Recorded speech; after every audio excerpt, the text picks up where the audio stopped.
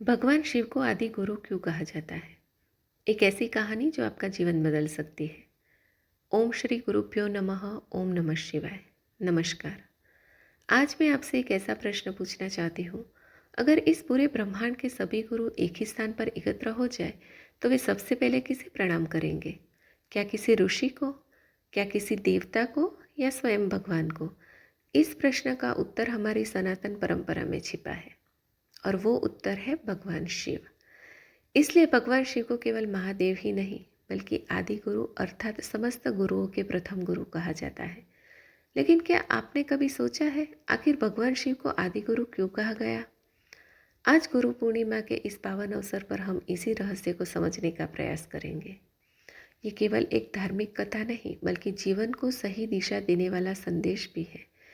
तो आइए श्रद्धा और विश्वास के साथ इस दिव्य यात्रा की शुरुआत करते हैं।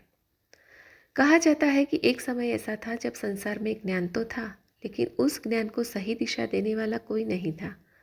हिमालय की दिव्य और शांत चोटियों पर भगवान शिव गहन समाधि में लीन थे। उनका मौन भी एक संदेश था, उनकी स्थिरता भी एक शिक्षा थी। उसी समय 7 महान ऋषि, सप्त ऋषि भगवान शिव के पास पहुँचे। उन्होंने भगवान शिव के पास न धन मांगा, न राज्य, न कोई चमत्कार। उन्होंने केवल एक ही प्रार्थना की, हे महादेव, हमें ऐसा ज्ञान दीजिए जिससे संपूर्ण मानवता का कल्याण हो सके।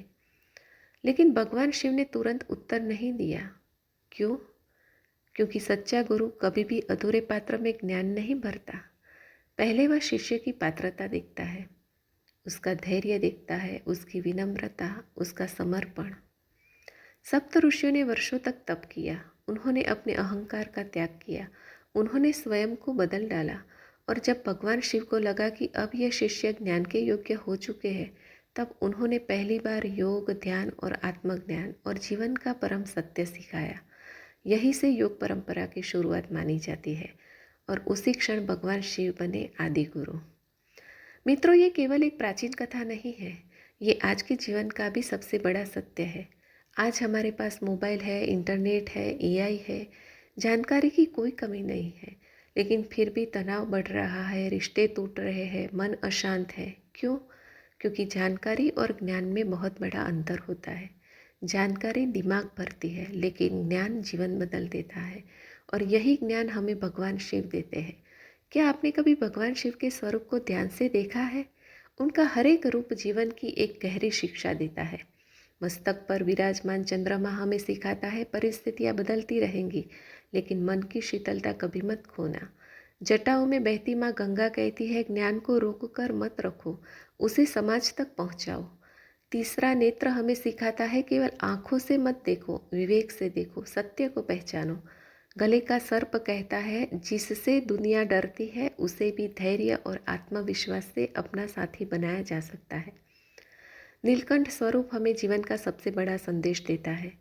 जीवन में अपमान मिलेगा, कष्ट मिलेगा, कटु शब्द सुनने पड़ेंगे, लेकिन उस विष को दूसरों तक मत पहुंचने देना, उसे अपने धैर्य से अमृत में बदल देना। मित्रों, आज गुरु पूर्णिमा है। आज यदि हम सचमुच भगवान शिव को प्रणाम करना चाहते हैं तो केवल फूल चढ़ाने से बात पूरी नहीं होगी। हमें उनके एक एक संदेश को अपने जीवन में उतारना होगा। जब मन अशांत हो तो चंद्रमा को याद कीजिएगा। जब अहंकार बढ़े तो सप्त ऋषियों के धैर्य को याद करना। जब क्रोध आए तो नीलकंठ को याद करना।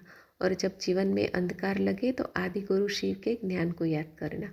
क्योंकि सच्चा गुरु वो नहीं जो केवल उत्तर दे दे, सच्चा गुरु वो है जो हमें स्वयं उत्तर खोजने योग्य बना दे। अंत में मैं आप सभी को केवल एक ही बात कहना चाहती हूँ। यदि आपके जीवन में कोई ऐसा व्यक्ति है जिसने आपको अज्ञान से ज्ञान की तरफ, निराशा से आशा की ओर और अंधकार से प्रकाश की ओर ले जाने का प्रयास किया है, तो आज ही उन्हें दिल से धन्यवाद कीजिए। क्योंकि गुरु ईश्वर का ही वह स्वरूप है जो हमारे जीवन को दिशा देने के लिए इस धरती पर आते हैं।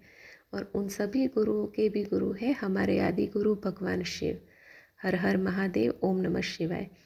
यदि यह विचार आपके हृदय को स्पर्श कर गया हो तो वीडियो को लाइक ज़रूर कीजिएगा, अपने परिवार और मित्रों के साथ शेयर कीजिए, और ऐसी ही आध्यात्मिक, प्रेरणात्मक और जीवन को बदल देने वाली कथाओं के लिए हमारे चैनल को सब्सक्राइब करना न भूलिएगा। फिर मिलेंगे एक नए विचार और एक नई प्रेरणा के साथ। धन्यवाद।